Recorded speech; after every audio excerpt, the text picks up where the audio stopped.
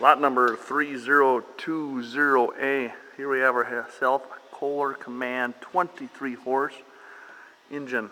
Came out of a John Deere L130 lawnmower. Was a running engine. We're going to do an engine compression test. We're going to start with the starter side first. I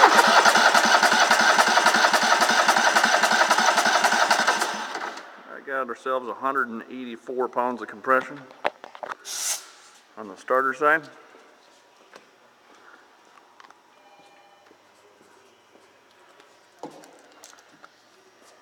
We're going to come over to the oil filter side and see what we got.